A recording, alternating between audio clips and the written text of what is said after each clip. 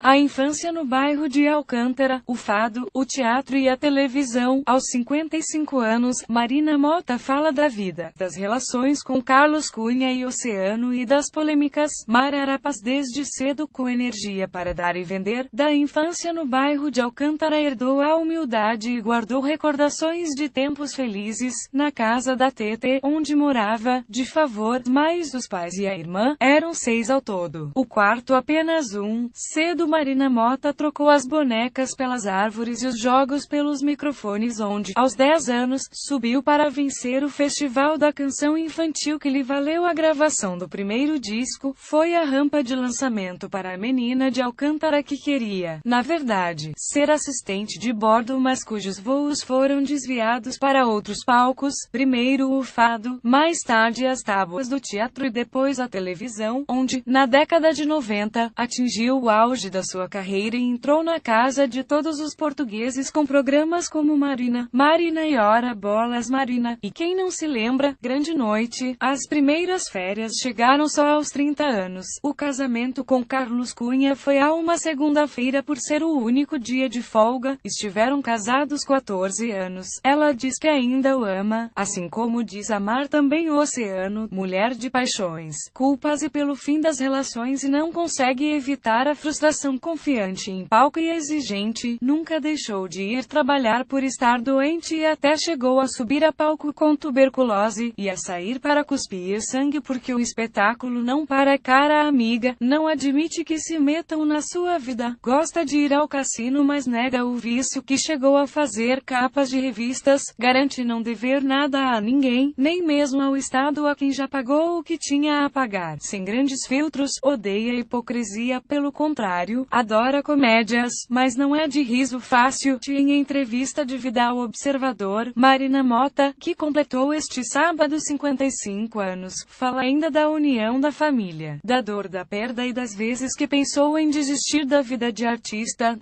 João Porfírio Observador 7 de outubro de 1962, nascia, em Alcântara, Marina da Conceição Ribeiro Mota. Que memórias guarda da infância? Ótimas memórias. Fui criada numa casa que só tinha um quarto e uma sala. O meu pai namorava com a minha mãe. Eu fui ao casamento deles com 9 meses. Queriam casa e não tinham, e a minha teta, que foi uma segunda mãe para mim, ofereceu a dela. Era uma pessoa incrível. Os meus pais passaram a viver no quarto dela e na sala dormia a teta, uma filha da teta, que tem mais 14 anos que eu. E eu, entretanto, nasceu a minha irmã, todas na mesma sala, todas. Ainda me lembro de haver um móvel de onde se puxava a cama, tínhamos de arredar a mesa de jantar e dormíamos 2 para baixo, 2 para cima. Era fantástico. A casa de banho era no exterior, no pátio, com água fria. Tomava banho num alguidar grande e a minha mãe mandava-me com água de uma panela por cima da cabeça. Isto para explicar que a minha infância fez de mim a pessoa que sou hoje. Não tenho medo nenhum da humildade e fui muito feliz. Aprendi a partilhar, só havia uma laranja e era um gomo para cada um, mas nunca passei fome, nada disso. Fui criada numa casa que só tinha um quarto e uma sala. A casa de banho era no exterior, no pátio, com água fria, e eu tomava banho num alguidar grande e a minha mãe mandava-me com água de uma panela por cima da cabeça. Isso durante quanto tempo? Quando comecei a trabalhar, fui ajudando a família porque era a minha obrigação. Entretanto, faleceram os meus vizinhos do lado e os meus pais alugaram a casa do lado e abris um arco, ficou o dobro. Nascida e criada num bairro, brincava muito na rua, era absolutamente Mararapas. Nunca fui de bonecas, brincava às escondidas, pendurava-me nos candeeiros de rua, principalmente no Natal porque fazíamos as árvores com os pinheiros naturais e quando acabava o Natal a nossa diversão era pendurarmos-nos nos candeeiros e atirarmos-nos para os pinheiros fofinhos amontoados lá embaixo. Marina da Conceição Ribeiro Mota nasceu a 7 de outubro de 1962 e cresceu em Alcântara. Disse-me que tem uma irmã, tenho 2, uma mais velha, da parte parte do casamento do meu pai, com quem não cheguei a viver, e a minha irmã Susana, que é a minha metade,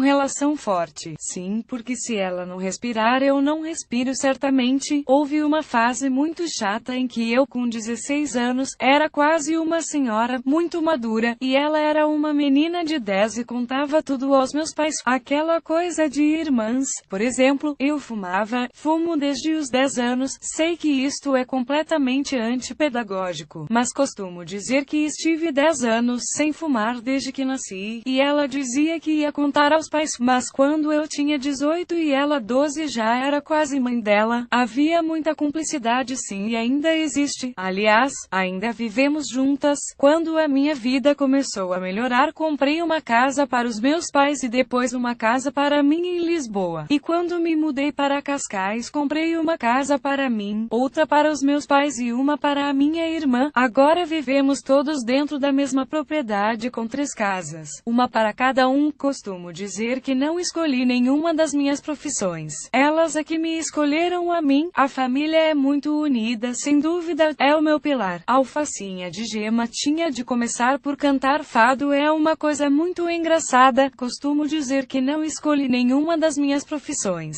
Elas é que me escolheram a mim. É evidente que o fado estava muito presente porque o meu pai adorava fado, ouvia muito fado, ia a tasquinhas e coletividades e eu ia com ele, mas o meu pai não cantava, era afinado mas não tinha voz nenhuma. E a minha mãe é uma pessoa completamente desafinada, nunca cantou nada. Conte-lá como surge a miúda de Alcântara. Helena Santos, que já cantava, e era a miúda de Odivelas. Gravou um disco, comecei a ouvir e a cantar coisas dela. Um dia um vizinho meu que cantava fado e o meu pai insistiram para eu cantar, tinha para aí 8 anos. Gravei o meu primeiro disco com 10, em 197.274, frequentava a escola Francisco Arruda e teve o primeiro encontro com a representação e depois passou de uma canção numa tasquinha para um disco. Fui para a escola Francisco Arruda dos 9 para os 10 anos, apesar da maluquice, era muito boa aluna, e tive uma professora, a Júlia Babo, uma colega artista que era professora de expressão dramática, e comecei a ir ouvi-la a gravar discos. Cada vez que ela ia gravar, ia com ela. Ela levava um termo de café para ela e um de leite com chocolate para mim. Risos e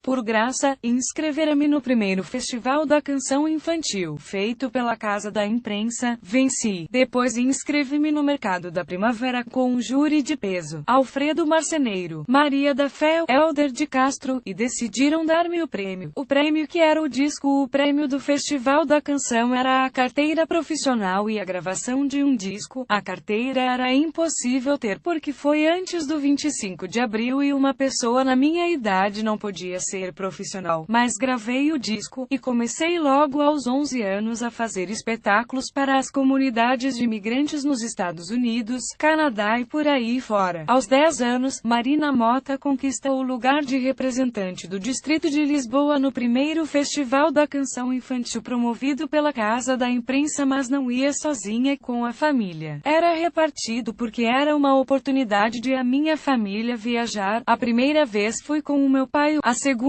vez fui com a minha mãe. Depois fui à Bélgica e ao Brasil com a TT, e a escola não ficou para trás, só fazia isto aos fins de semana ou nas férias grandes ou da Páscoa. Nessa altura sonhava fazer vida da música, não queria ser hospedeira de bordo, que agora se chama assistente, porque adorava andar de avião. Depois, como comecei a andar muito de avião, perdeu a graça. Continuava a querer estudar, mas não me identificava nada com o período pós-25 de abril e a forma como se lecionava. Cresci um bocadinho rápido demais. Reconheço que os meus 15 anos fossem os 18 ou 19 de agora, e custava-me ter professoras que parecia que estavam a dar aulas a atrasados mentais. Ainda me inscrevi no 10º ano, andei lá mais um mês ou 2, mas não deu para mim, parecia que andava no infantário. Resolvi fazer uma pausa. Mais tarde inscrevi-me no Cambridge, para fazer um curso de línguas, porque porque gostava de falar muito bem várias línguas, gostava de ser intérprete, mas foi quando me convidaram para ir para o Teatro ABC e ficar por ali. Queria ser hospedeira de bordo, que agora se chama assistente, porque adorava andar de avião. Depois, como comecei a andar muito de avião, perdeu a graça. Como surgiu esse convite que acaba por ser a sua entrada no teatro nesse período de pausa. Depois de vir da minha primeira fadistice no Brasil em 79,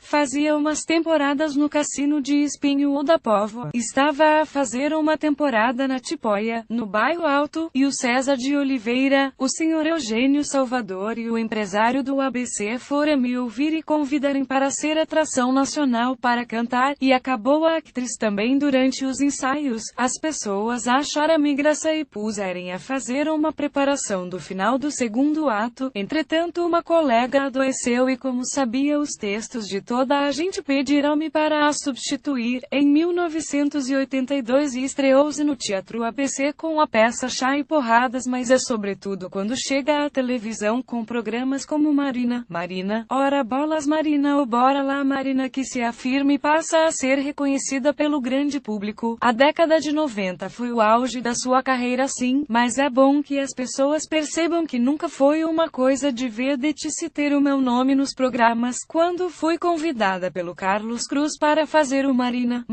foi ele que decidiu chamá-lo assim, e quando transitei da RTP para a SIC foi quase obrigatório o programa ter o meu nome. Acho que o único programa que não teve o meu nome foi o Era Uma Vez, e depois quando fui para a TVI, a mesma coisa. Conseguia sempre articular bem a televisão com o teatro e o fado. O fado nunca saiu da minha vida. Sempre o reconheci como a minha música. Sou uma lutadora pelas coisas nas quais acredito. O que deixei foi de o cantar com regularidade. É bom que as pessoas percebam que nunca foi uma coisa de vedetice ter o meu nome nos programas. Quando fui convidada pelo Carlos Cruz para fazer o Marina, foi ele que decidiu chamá-lo assim, e quando transitei da RTP para a SIC foi quase obrigatório o programa ter o meu nome, e o teatro deu para conjugar com a televisão não, assim como fiquei quase uma década na revista só com uma folga segunda-feira. Depois achei que precisava de descansar. As minhas primeiras férias foram aos 30 anos. Já estava a precisar de parar um mês, porque nem quando engravidei isso aconteceu. Mas surgiu o convite para a televisão, as coisas encadearam-se e acabei por não descansar também. Marina foi o primeiro grande trabalho de Marina Mota, que formava casal com Carlos Cunha sempre por perto. Aliás, é difícil pensar na Marina Mota desligada de Carlos Cunha, juntos desde os ensaios da minha primeira revista, logo em 1982, conheci-o provavelmente no final de 81, início de 82, começamos a namorar em abril, chegamos a vias de facto em junho, engravidei em julho e casamos em setembro, a uma segunda-feira que era o único dia de folga. Não havia tempo, ou era ou não era. A brincar digo que a minha filha deve ter sido feita num camarim do ABC. Risos. As minhas primeiras férias foram aos 30 anos. Já estava a precisar de parar um mês, porque nem quando engravidei isso aconteceu, mas depois surgiu o convite para a televisão, e acabei por não descansar também. Foi fácil trabalhar durante tantos anos com o seu marido. Acho que isso pode ter sido uma das razões do desgaste do nosso casamento. Estivemos casados 14 anos, mas na verdade é como se tivessem sido 28, porque estávamos 24/24 horas juntos. Não tínhamos nada para contar um ao outro de novo quando chegávamos no final do dia à casa, e isso desgastou a nossa relação enquanto mulher-homem. Da parte dos dois há sempre alguém que desiste primeiro. Não sou uma pessoa de me acomodar ao morno. Gosto de tudo quente, preciso muito de paixão, preciso que as coisas mexam. Aquela coisa de acordar todos os dias à mesma hora não é para mim. Preciso de pessoas com iniciativa. Mas isto tem a ver com a minha personalidade e a minha vida, que tem sido sempre o puxar a carroça, ir sempre à frente. Mas chega a uma altura que estou sempre à espera que alguém cuide, que seja seja o contrário. E quando isso falha, as coisas transformam-se. Atenção, tenho um amor infinito por Carlos Cunha e amamo-nos mutuamente. Digo isto com muita facilidade. Amo o meu ex-marido como amo o oceano, outro ex, como amo a minha mãe e os meus netos. Não estou apaixonada. Acho que isso pode ter sido uma das razões do desgaste do nosso casamento. É que tivemos casados 14 anos, mas na verdade é como se tivessem sido 28 porque estávamos 24 sobre 24 horas. Não tínhamos nada para contar um ao outro de novo quando chegávamos no final do dia à casa. Já tinha lido declarações suas semelhantes noutras entrevistas. Não é muito vulgar vermos ex-casais a darem-se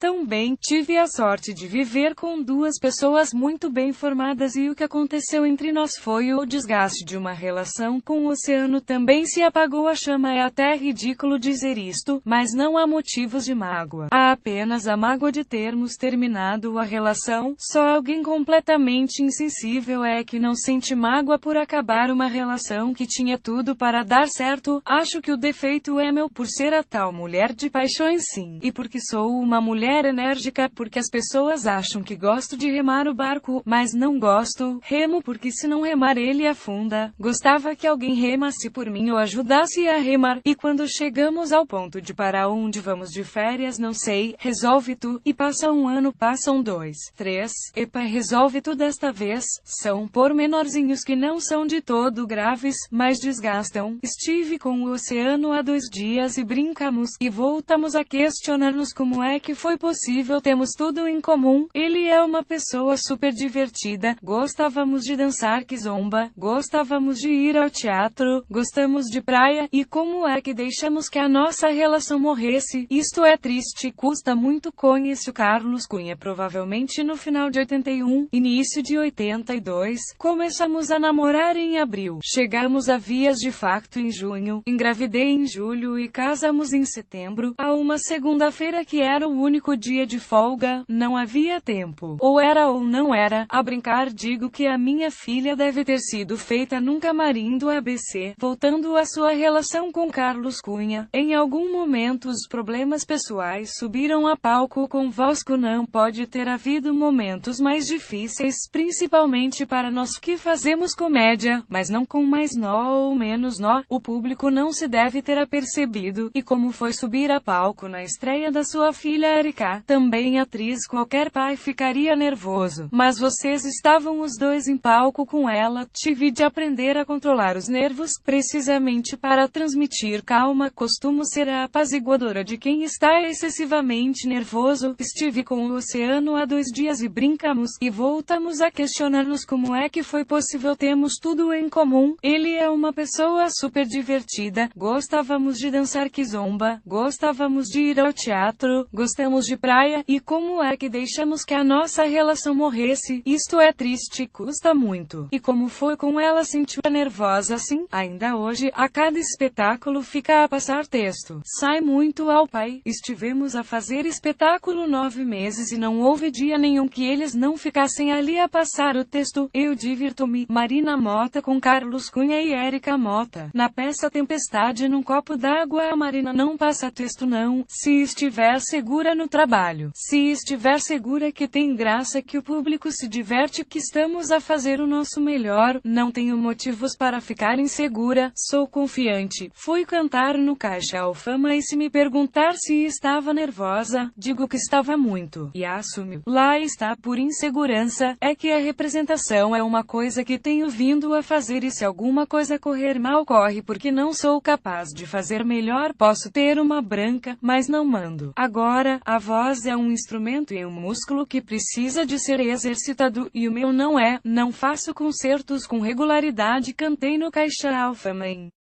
2016, fiz mais 2 concertos e agora voltei. Trabalhei com colegas músicos que nunca tinham tocado para mim. Tivemos um ensaio para ensaiar 15 temas, 1h10 de espetáculo, e fomos num dia de vento. Tem cuidados com a voz zero. Adoro bebidas geladas e fumo antes e depois e durante. Já enrouqueceu na revista já, e depois não se contorna. Assumese, lembro-me no espetáculo com o La Féria que me pediu para fazer playback total. total e eu recusei-me. O público não paga para me ver abrir a boca. Acho uma fraude. Não gosto de playback, que Deus me perdoe. Um dia pode ter que ser para justificar o final de uma rábula, mas será sempre pontual. Se não puder cantar, falo. Já levei 3 ou 4 injeções de cortisona porque acordei afônica. Adoece. Tive uma tuberculose pulmonar e fui fazer 3 espetáculos nesse dia. Saía do palco e cuspia sangue para um balde. O espetáculo não para, cara amiga. Nunca deixei de ir trabalhar por estar doente. Lembro-me no espetáculo com o Laféria que me pediu para fazer playback total e eu recusei-me. O público não paga para me ver abrir a boca. Acho uma fraude. Já levei 3 ou 4 injeções de cortisona porque acordei afônica. Adoece. Tive uma tuberculose pulmonar e fui fazer 3 espetáculos nesse dia. Saía do palco e cuspia sangue para um balde. O espetáculo não para, cara amiga. Voltemos novamente aos anos 90. Foram os anos áureos da sua carreira. Dava cartas, mas depois seguiu um grande enterrenho. O que aconteceu não lhe sei explicar. Deixaram de aceitar as suas propostas. Foi exatamente isso. Como lido com isso no primeiro ano, soube-me muito bem. Depois decidi fazer um disco que também ninguém ligou nenhuma. Mas nunca parei de trabalhar. Continuei a autoproduzir-me. Fiz imensas revistas, espetáculos de itinerância. Televisão é que não sei porquê, custou mas lidei perfeitamente. Vi isto a acontecer com todos os meus colegas. Não sou diferente de ninguém. Agora vem o lado que tenho de pensar para não dizer de forma que pareça estúpida. Isto pode acontecer porque os picos na carreira acontecem, mas há coisas que não são lógicas. Foi a Marlene que disse, não fui eu que estive durante a década de 90 a dar cartas. Então como é que uma pessoa que dá cartas é dispensável? Não sei. Até hoje nunca percebi e continuo a não perceber. Não sei se é um alguém, se são alguém,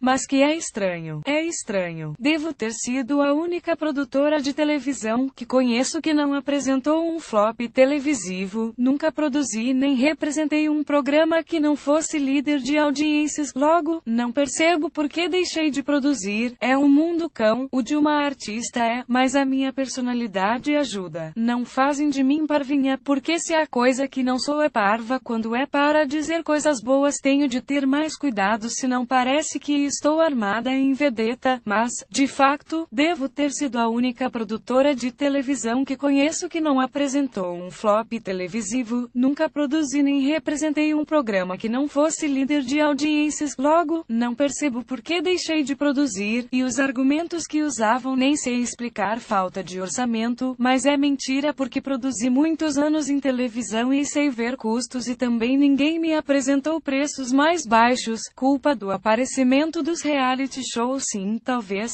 mas depois disso já houve outros programas, mas não foi só na televisão que esteve vários anos sem aparecer. Também houve um enterrenho no Parque Mayer.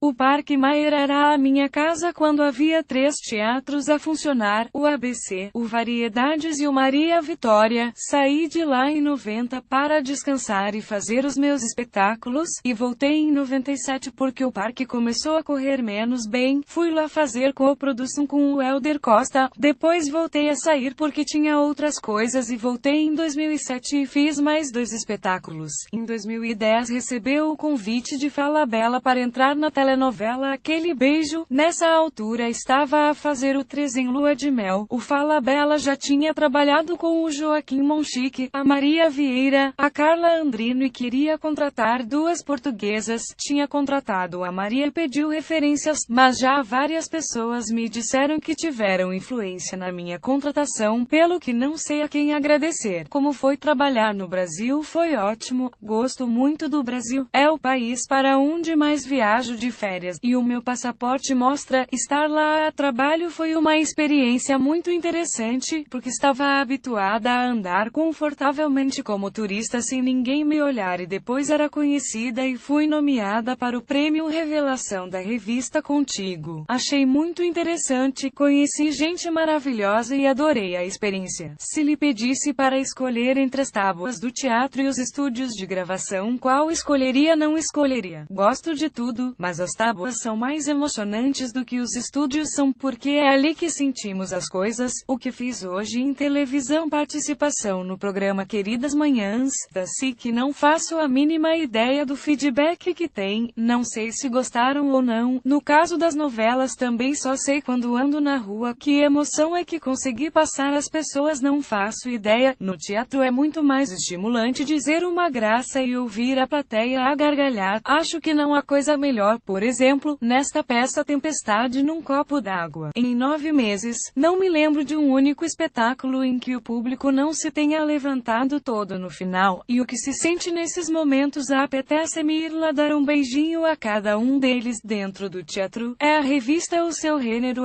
e é o gênero mais difícil de fazer, não há dúvida, não é para todos. Na revista temos de ter capacidade para fazer comédia, revista, drama, dar informação, passar mensagens de cidadania, criticar social e politicamente o país e o mundo, cantar se possível, ter poder de improviso, e temos de contar pequenas histórias, enquanto que numa peça mais comum vestimos uma personagem e temos 2 horas para fazer com que o público acredite naquela personagem. Na revista temos 5 minutos e eles têm de acreditar nela naqueles 5 minutos, chorar com ela, rir com ela. Tenho mudanças de 24 segundos, sair de cena, mudar de penteado, mudar a roupa e a maquilhagem, é o meu recorde. Mas a revista continua a ser um pouco o parente pobre do teatro, é muita má vontade, as pessoas de poder são muito elitistas, acham que a revista é muito popular e do povo, a semelhança do que acontecia com o fado, são desconhecedores porque nunca se sentaram na plateia a assistir e apreciar. Começou no fado, tem 15 álbuns editados, entristece a que as pessoas associem mais a Marina à representação, não percebo perfeitamente, é natural que as pessoas me conheçam a partir do veículo que lhes é mais fácil, que é a televisão, e na TV a minha carreira de atriz tem muito mais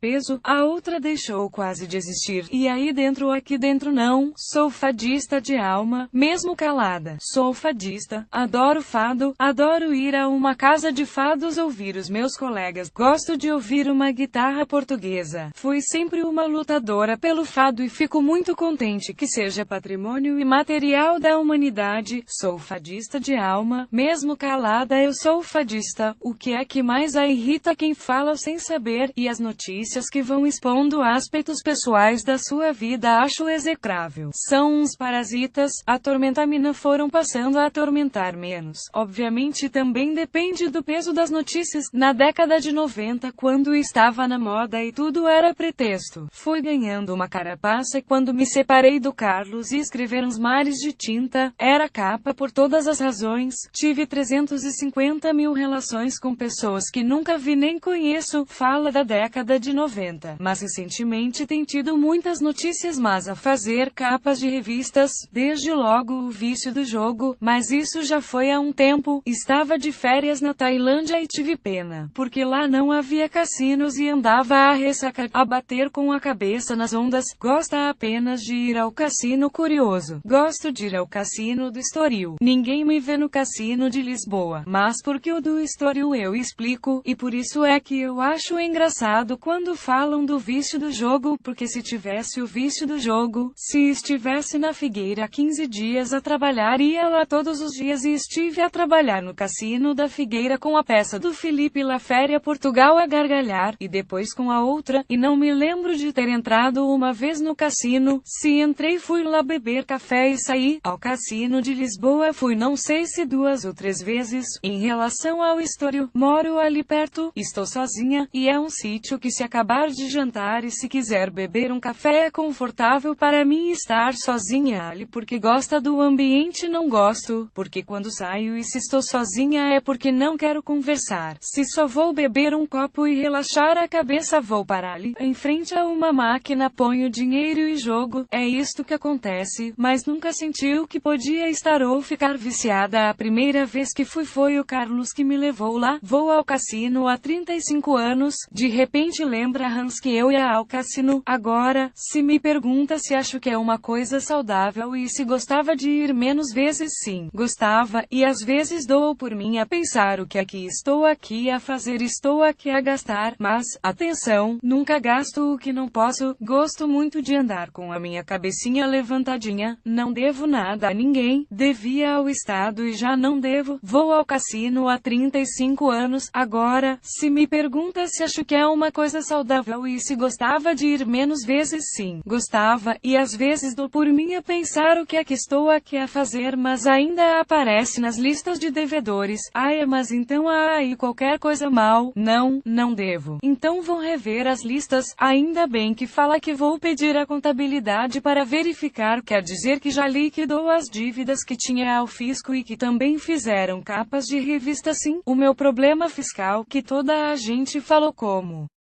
se fosse um grande segredo, surgiu em 1999 e começou por métodos de presunção. O Estado presume que, se passei a fatura número 1, 2 e 3 no valor de 20 mil contos e se a fatura 4 não está lá, o Estado presume que essa é igual às anteriores, e não apresentou a quarta. É isso, eu não apresentava, não passava faturas. Agora é que existem técnicos oficiais de contas e têm responsabilidade na escrita. Anteriormente, os contabilistas podiam fazer a maior vigarice que não lhes acontecia nada. Foi o que me aconteceu a mim. O meu contabilista, que se chamava Aristeu de Oliveira e Souza e que já morreu, chegou a passar faturas minhas e da minha sócia para receber IVA de outros clientes e o meu problema fiscal começou assim. A sorte é que quando foram fazer cruzamento de faturas perceberam que nesse período não podia ter trabalhado para lado nenhum, porque enquanto estive na SIC tinha um contrato de exclusividade. Facilmente se chegou à conclusão de que não era verdade. Facilmente. Quer dizer, demorou anos. Sim, só agora é que depois é muito engraçado porque temos de impugnar os processos e pagar advogados, e podemos ter razão, mas depois quem me vai ressarcir do prejuízo? Mas quando é que se apercebeu do problema no cassino? Esse senhor chegava a descontar cheques meus e da minha sócia que passávamos à Direção-Geral do Tesouro para pagar impostos. Punha corretor no cassino. Um dia disserem que andavam a circular cheques meus. Foi aí que retirei a escrita a esse senhor e pedi auditoria à minha contabilidade a uma empresa que ainda hoje trabalha comigo. A primeira vez que fui às finanças, o senhor Antônio Silva, ainda me lembro do nome do senhor, disse-me que esse contabilista já tinha estado preso por fraude a um senhor que quase perdeu uma farmácia. Ainda assim, não se livrou da dívida. Não, e em alguma parcela de dívida é natural que tenha tido culpa. Não estou a dizer que fui sempre certinha. Agora que isto começou por aí e me fui deixando envolver, começou para fugir de uma coisa que não tinha culpa. Metai-me noutras que nem sei por que me meti, porque alguém me aconselhou, e uma pessoa é estúpida. A determinada altura cometi uma ilegalidade, mas já paguei, a não ser que me vá a surgir mais qualquer coisa que não sei. Na alguma parcela de dívida é natural que tenha tido culpa. Não estou a dizer que fui sempre certinha para fugir de uma coisa que não tinha culpa. Metai-me noutras que nem sei por que me meti, porque alguém me aconselhou, e uma pessoa estúpida sente que essas notícias influenciam a opinião que tem sobre si. Que não são burros, não leem essas revistas, aquilo não tem nada de interessante, e perdoem-me a quem chamo burros que leem as revistas para se entreterem. Também sou ou era burra quando estava nos consultórios e abria para ver bonecos, mas não tenho nada a ver com a vida de ninguém, e quando digo que a entidade que mais respeito é o público, só lhe devo o meu respeito enquanto profissional e enquanto cidadã para dar bons ou maus exemplos, ou seja, no que diz respeito ao fisco até percebo. Agora no que diz respeito à minha vida pessoal e dos meus não lhes devo qualquer tipo de informação e acho isso ridículo. Comigo e com qualquer pessoa, não leio revistas, não compro uma revista, para mim já tinham ido todas à falência desde 1996, a exposição da família é o lado negro da profissão.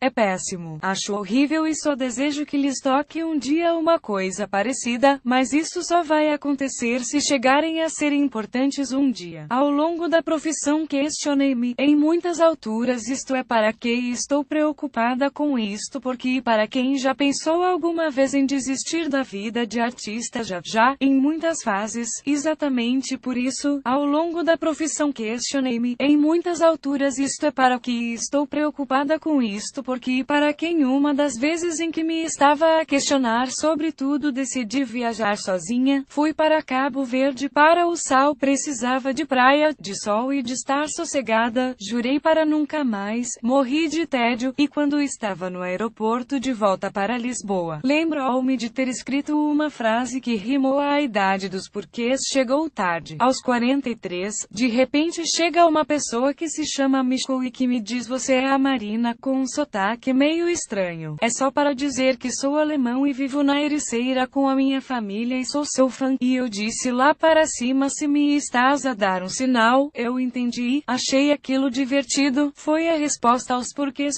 pensei que pode não ser toda a gente, mas ainda há gente que gosta de mim enquanto houver alguém que goste talvez me vá mantendo por aqui, gosto muito da minha profissão, o brilho da profissão fascina. É evidente que a luz me entusiasma, mas separo bem a fama do sucesso. Quero lá saber de ser famosa. Quer ser uma pessoa de sucesso? O sucesso faz-me bem, a fama nem por isso. Evidente que a luz me entusiasma, mas separo bem a fama do sucesso. Quero lá saber de ser famosa. Quer ser uma pessoa de sucesso? O sucesso faz-me bem, a fama nem por isso. Os portugueses estão habituados a vê-la rir e a rir consigo. Despindo as vestes de atriz o que a faz soltar uma valente gargalhada, não riu com facilidade, não sei porquê, quando me chegam os textos até sou chata porque nunca acho graça a nada, mas rio-me das coisas completamente disparatadas, do insólito com a minha irmã, porque é muito doida e diz disparates, divertem-me os amigos, gosta muito de estar com amigos, gosto imenso e é disso que estou com saudades, por exemplo, não janto com o João Baião, de quem gosto imenso, há um mês ou dois, e com a Natalina José também, sou muito de abraços e de beijos, beijo todos os meus amigos na boca, na cara dou a qualquer pessoa que não conheço, assim como é que a cumprimentei hoje, com um beijo na boca teria sido estranho, e estranho para mim é cumprimentar os meus amigos da mesma forma que pessoas que não conheço tal como cumprimentava o meu pai, como cumprimento a minha mãe, os meus netos, não rio com facilidade, não sei porquê, quando me chegam os textos até sou chata porque nunca acho graça a nada, mas rio-me das coisas completamente disparatadas, do insólito, e o que é que a irrita, o que a tira do sério, a falta de civismo, em qualquer circunstância, aí vem-me o bairro de Alcântara à cabeça, o que é que isso significa? Significa que digo palavrões, às vezes, mas são palavrões porque alguém um dia disse que o eram, na verdade são apenas uma junção de letras que a mim me aliviam, se me magoar e disser xiça fico na mesma. Qual foi o último episódio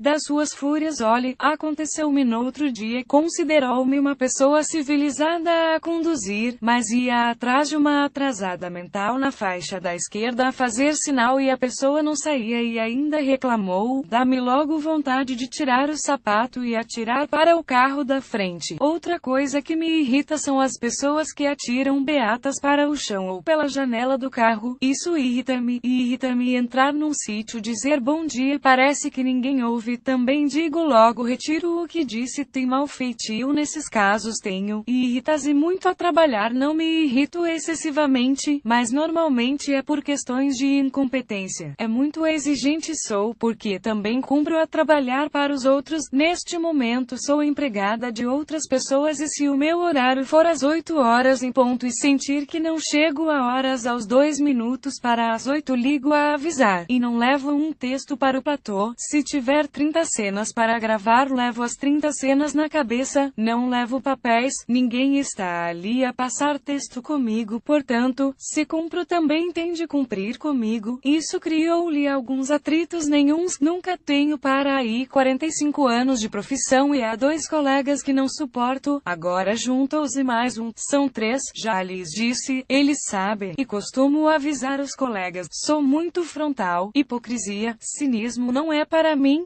nunca gostei e cada vez menos. Não sou uma mulher da cidade, sou uma mulher de verde, de água e passarinhos, de andar descalço e de mexer na horta, adoro andar no meio das árvores, sem saltos e sem maquilhagem e com cabelo apanhado, marimbando-me para a roupa. Alguma vez foi injusta, não serei a melhor pessoa para responder, mas, sinceramente, não me parece, e se alguma vez aconteceu certamente pedi desculpa, pondero muito antes de dizer alguma coisa, sou desbocada quando estou a conversar, mas para soltar já é preciso haver um historial, ou é uma coisa de momento, uma falta de respeito, como são os seus filtros são muito fraquinhos, de facto, e isso já lhe trouxe dissabores sim, às vezes pagamos faturas caríssimas, os meus filtros são demasiado fraquinhos, de facto, e às vezes pagamos faturas caríssimas, era muito próxima do seu pai, perdeu-o há 10 anos, somos todos pegados uns aos outros na minha família, foi doloroso, o meu amigo já me tinha pregado uma partida com a minha teta que foi das pessoas que mais amei na vida, assim como a minha mãe, porque foi um período muito prolongado, lágrimas não percebo como é que uma pessoa com um coração daqueles, sofre assim, foi muito injusto, nem sei há quantos anos foi, o único sentimento de remorso que tenho na vida é em relação a ela, achei que estava a fazer bem em colocá-la num lar próximo de casa, porque a minha mãe já não tinha capacidade para tomar conta dela, íamos lá todos os dias e buscá-la ao fim de semana, mas se fosse hoje não o teria feito, e não volta a acontecer com mais ninguém da minha família, se Deus quiser. Com o meu pai não aconteceu, ele teve um AVC e ficou em estado vegetativo, eu zanguei-me lá para cima e disse o meu pai não vai ficar assim porque se ele tiver um período de lucidez vai ser horrível, e foram apenas 15 dias, preferi assim, e como lidou com a morte digo-lhe boa noite todos os dias, falo com ele na mesma, digo olá pai, se vou cantar digo que é para ele, lembrou-me da voz dele, do sorriso, tenho pena que a memória que mais me vem à cabeça, e logo a seguir varrou-a e quero outras dele a rir, seja dele na cama de hospital e eu a falar com ele e ele fez uma expressão, isso não me sai da cabeça, o único sentimento de remorso que tenho na vida é em relação a ela tete, achei que estava a fazer bem em colocá-la num lar próximo de casa mas se fosse hoje não o teria feito, e não volta a acontecer com mais ninguém da minha família. Se Deus quiser, nasceu e cresceu no bairro, mas tem vivido fora de Lisboa. Não senti o espírito bairrista e vontade de morar em Lisboa. Sou muito de cidade para ver espetáculos, para ir beber um copo à noite, mas não sou uma mulher da cidade, sou uma mulher de verde, de água e passarinhos, de andar descalço e de mexer na horta. Adoro andar no meio das árvores, sem saltos e sem maquilhagem e com cabelo apanhado, marimbando-me para a roupa. Para terminar, há alguma coisa que alguém lhe tenha dito ao longo do seu percurso profissional que a tenha marcado? Há muita coisa, não consigo eleger só uma frase. Felizmente já tive a sorte de me dizerem coisas maravilhosas, umas até tão excessivas que acho que não as mereço. Conseguia viver sem o carinho do público, não sei porque nunca vivi sem ele. Tive sorte, tenho uma coisa que me aconteceu que acho que foi das coisas mais bonitas que pode acontecer a alguém. Estava a fazer o Ora Bolas Marina e a minha colega Raquel Maria disse-me que tinha passado por uma pessoa no Restelo que lhe tinha dito que gostava de falar comigo porque um filho tinha tido um acidente de viação e tinha ficado em estado vegetativo e só reagia quando me ouvia fazer de Bitucha. Personagem do Ora Bolas Marina era o Gonçalo, e é engraçado porque fui lá à casa e ele lá estava e ouvia-me falar a fazer de Bitucha e ria, reagia. É maravilhoso. Não há nada que pague isso. Se tivesse de descrever a sua vida neste momento seria uma ação, um drama ou uma comédia. Uma ação, e se pudesse escolher seria uma comédia.